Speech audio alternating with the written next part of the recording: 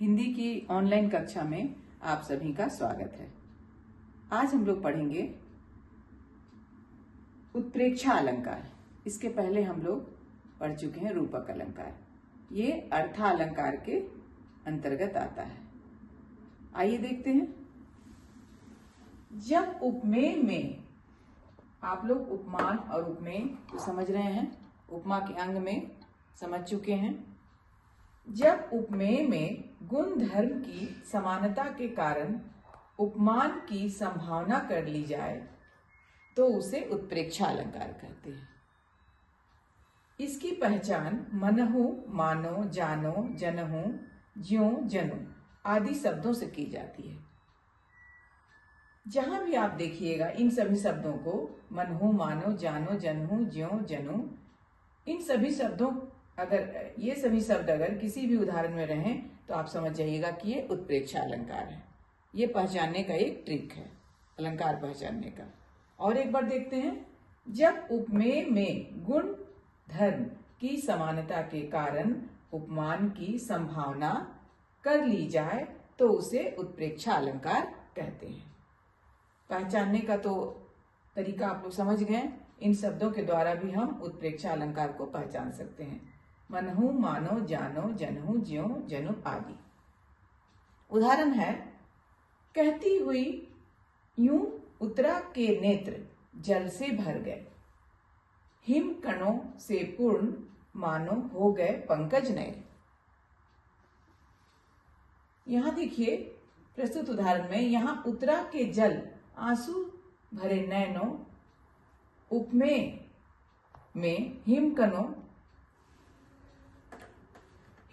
से परिपूर्ण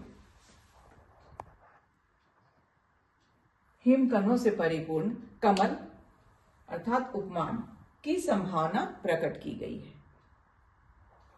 फिर से एक बार देखते हैं। यहां उत्तरा के जल आंसू भरे नयनों अर्थात उपमेय में हिमकणों से परिपूर्ण कमल अर्थात उपमान की संभावना प्रकट की गई है, इसलिए यहाँ पे उत्प्रेक्षा अलंकार होगा, संभावना प्रकट की गई है। तो दूसरा उदाहरण है, पाहुन ज्यों आए हो गांव में शहर के, मेघ आए बड़े बन ठन के संवर के। ये कविता की पंक्तियां हैं। यहां भी संभावना व्यक्त की गई है ना। मेघ को पाहुन के रूप में यहाँ बताया गया है इस कविता में, इसलिए यहाँ भी संभावना व्यक्त की गई है, इसीलिए यहाँ भी उत्प्रेक्षा अलंकार होगा। और भी अन्य बहुत सारे उदाहरण हैं। परीक्षा में पूछा जाता है, या तो परिभाषा लिखने के लिए आता है, अनुप्रास अलंकार की परिभाषा लिखें, यमक की परिभाषा लिखें, या उत्प्रेक्षा अलंकार किसे कहते हैं, या उदाहरण दे दिए जाते हैं और आपको पहचानना रहता है। तो पहचानने का ट्रिक तो ये जो शब्द हैं, मनहु, मानो, जानो, जनहु, ज्यों, जनु, इन सभी, ये देखिए यहाँ पे इसको अंडरलाइन भी किए हैं, रेखांकित भी किए हैं। ये सभी जहां देखेंगे आप, जहां संभावना व्यक्त की जाए वहां उत्प्रेक्षा अलंकार होता है। उम्मीद है आप लोग जरूर समझ गए होंगे। यदि मेरे चैनल पर आप नए हैं तो कृपया चैनल को सब्सक्राइब जरूर कीजिएगा, ताकि मेरे आगे आने वाले वीडियो का नोटिफिकेशन आप लोगों को मिलता रहे।